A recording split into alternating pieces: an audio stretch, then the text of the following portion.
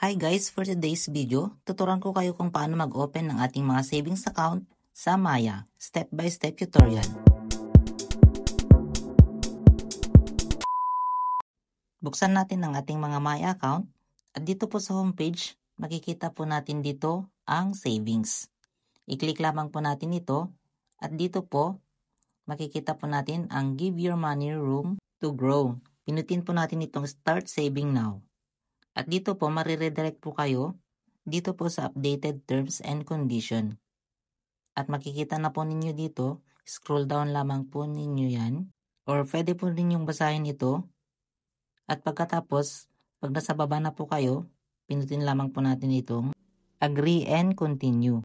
At dito nga po ay hindi na po kailangan ng valid ID kapag verified na po ang inyong mga Maya account.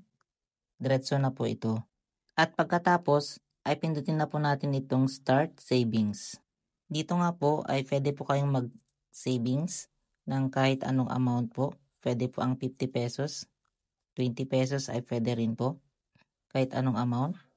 Then kapag nandito na po kayo sa Create Savings Account, pindutin lamang po itong maliit na box. Then isunod po natin itong Open Savings Account. Dito po sa baba.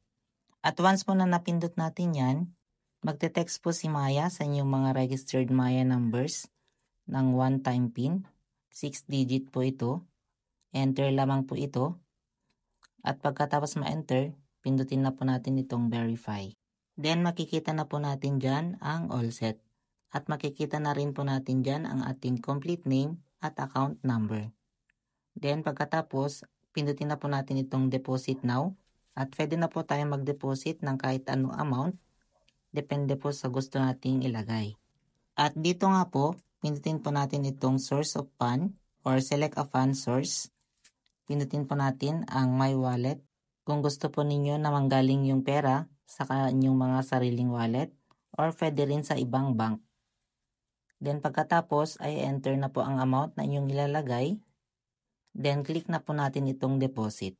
At ganito na po ang inyong makikita kapag successful na po ang inyong pagde-deposit sa inyong mga Maya savings. Click lamang natin itong finish.